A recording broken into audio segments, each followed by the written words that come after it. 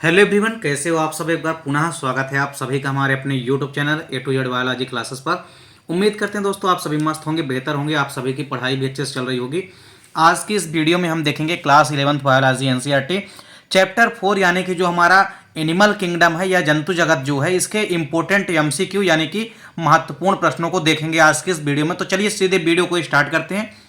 पहला क्वेश्चन है, निम्न में से कौन सा स्वच्छ जलीय स्पंज है। तो देखिए जो यू स्पॉन्जिया है, यहाँ पे ऑप्शन नंबर बी करेक्ट है। यू स्पॉन्जिया जो होता है यह एक ऐसा जलीय जीव है जो कि स्वच्छ जल में पाया जाने वाला स्पंज होता है। अगला क्वेश्चन है, निम्न में से किस संघ में ऑस्टिया व आस्कुलम नामक छिद्र पाए जाते हैं। तो ये पाए जाते हैं पोरीफेरा में।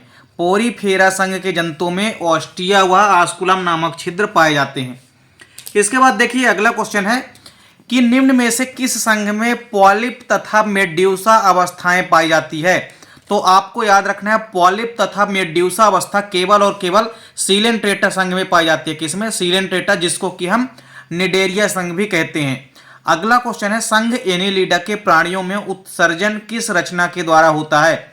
तो एनीलिडा जिसमें कि अर्थवाम व केचुआ भी आता है, इनमें उत्सर्जन किसके द्वारा होता है? नेफ्रिडिया के द्वारा होता है। किसके द्वारा? नेफ्रिडिया के द्वारा होता है।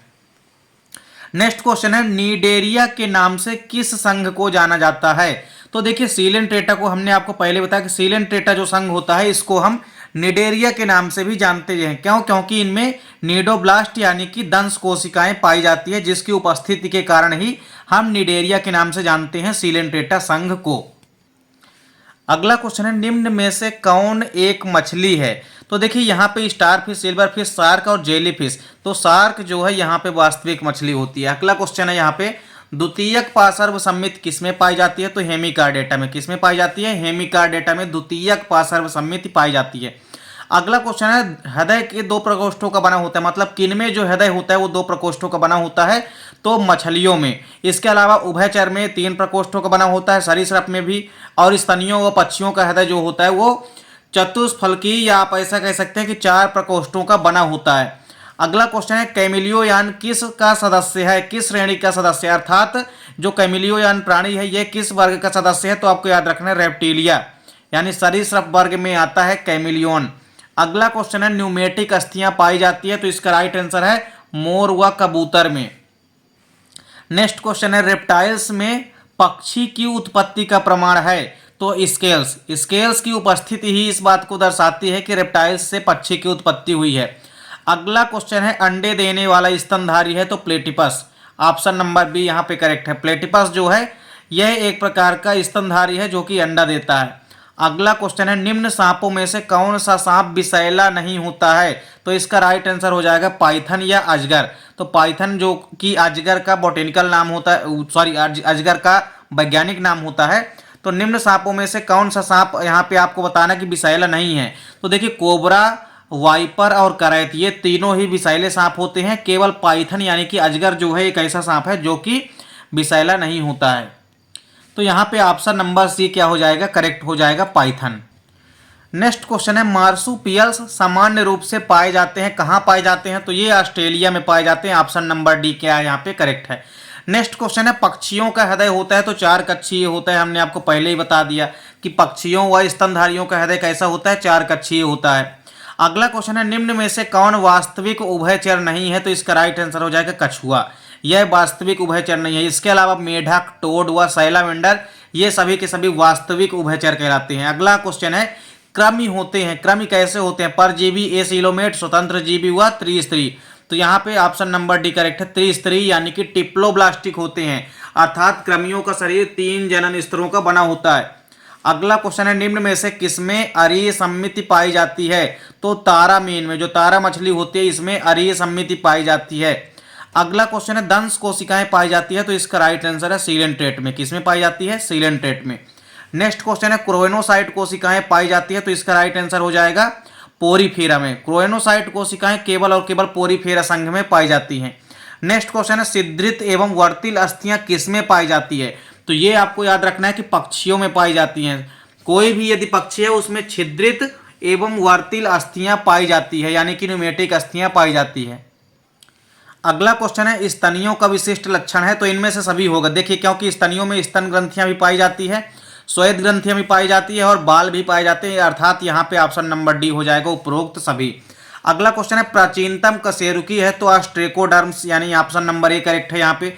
अगला क्वेश्चन है जल संवहन तंत्र किस संघ की विशेषता है तो इकाइनोडर्मेटा, जिसमें कि तारा मछली आती है मुख्य रूप से, तो इकाइनोडर्मेटा में जल संवहन तंत्र यानी कि वाटर वैस्कुलर सिस्टम प्रेजेंट होता है।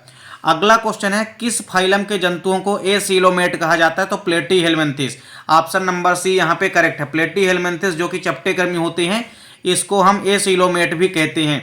अगला क्वेश्चन है इक्थियोफिस है तो इक्थियोफिस एक प्रकार का उभयचर प्राणी है, ये आपको याद रखना है। नेक्स्ट क्वेश्चन है कि साइकान से संबंधित वर्ग है, साइकान से संबंधित कौन सा वर्ग है अर्थात किस वर्ग में साइकान आता है तो कैलकेरिया, कौन सा कैलकेरिया आपको याद रखना है। नेक्स्ट क्वेश्चन है ट्रोकोफोर लार्वा का संबंध किस संघ के प्राणियों से है तो एनीलिडा, एनीलिडा संघ के जो प्राणी होते हैं उनके लार्वा को हम ट्रोकोफोर लार्वा कहते हैं। नेक्स्ट क्वेश्चन है टर्नेलिया लार्वा पाया जाता है तो आपको याद रखना है हेमिकार्डेटा में। इसके बाद अगला क्वेश्चन है कार्डेट्स का प्रमुख लक्षण है तो देखिए कार्डेट्स में नोटोकार्ड पाए जाते हैं, नर्व कार्ड भी पाए जाते हैं, ग्रसनीय क्लोम दरारें भी पाई जाती है, तो यहाँ पे ऑप्शन नंबर डी यानी कि उपर्युक्त सभी यहाँ पे राइट आंसर हो जाएगा। अगला क्वेश्चन है कौन सा पक्षी नहीं है तो देखिए कोलंबा यानी कबूतर ये भी पक्षी होता है, पैवोक्रिस्टेसस मोर ये भी पक्षी है, इसके अलावा स्ट्रोथियो यानी शुतुरमुर्ग ये भी पक्षी है, जबकि टेस्टुडो जो होता है कछुआ जो है ये क्या है, ये पक्षी नहीं होता है, तो यहाँ पे ऑप्शन नंबर बी करेक्ट हो जाएगा। अगला क्वेश्चन है विद्युत धारा उत्पन्न करने वाली एक उपास्थल मछली अर्थात इलेक्ट्रिक फिश किस मछली को कहते हैं तो टार्पीडो मछली जो कि करंट पैदा करती है। अगला क्वेश्चन है तारा मछली का वर्ग है तो आपको याद रखना है एस्टेराइडिया, एस्टेराइडिया वर्ग में तारा मछली यानी कि स्टार फिश आती है। अगला क्वेश्चन है निम्न में से किस जीव में कोशिका भित्ति का पूर्ण अभाव होता है अर्थात ऐसा कौन सा जीव है जिनमें सेल वॉल एब्सेंट होती है तो इसका राइट आंसर हो जाएगा सी फाइन, जिसको कि हम गोरगोनिया भी कहते हैं। तो गोरगोनिया यानी सी फाइन में आपको याद रखना है कि कोशिका भित्ति या सेल वॉल का पूर्णतः अभाव होता है। अगला क्वेश्चन है समुद्री घोड़ा किस अधिवर्ग का जंतु है तो ये पिसीज अधिवर्ग में आता है, किस में आता है पिसीज अधिवर्ग में समुद्री घोड़ा आता है। अगला क्वेश्चन है उस संघ का नाम बताना है जिसके जंतुओं में खंड युक्त देह गुहा एवं द्विपार्श्व सम्मिति होती है तो संघ एनीलिडा इसका राइट आंसर हो जाएगा। एनीलिडा संघ के जंतुओं में खंड युक्त शरीर भी होता है, देह गुहा भी पाई जाती है एवं द्विपार्श्व सम्मित यानी बाइलेटरल सिमेट्रिकल भी होते हैं। अगला क्वेश्चन है सामान्य भारतीय शार्क का नाम लिखिए तो स्कालियोडान इसका राइट आंसर हो जाएगा। नेक्स्ट क्वेश्चन है मोलस्का एवं एनीलिडा में पाए जाने वाले लार्वा का नाम क्या होता है तो ट्रोकोफोर लार्वा, ये आपको याद रखना है। यदि मोलस्का व एनीलिडा संघ में पाए जाने वाले जीवों में लार्वा पूछे कि उसको किस नाम से जानते हैं तो ट्रोकोफोर लार्वा कहते हैं। अगला क्वेश्चन है सिफाइलोकार्डेटा के एक उदाहरण सबसे बढ़िया है, सिफाइलोकार्डेटा का उदाहरण है एम्फिऑक्सिस, क्या है एम्फिऑक्सिस सबसे बढ़िया सिफाइलोकार्डेटा का उदाहरण है। नेक्स्ट क्वेश्चन है केचुआ किस संघ का प्राणी है तो संघ एनीलिडा। अगला क्वेश्चन है कि एनीलिडा तथा आर्थ्रोपोड्स के मध्य की संयोजक कड़ी किसे कहते हैं तो पेरीपेटस को कहते हैं, किसे कहते हैं पेरीपेटस को।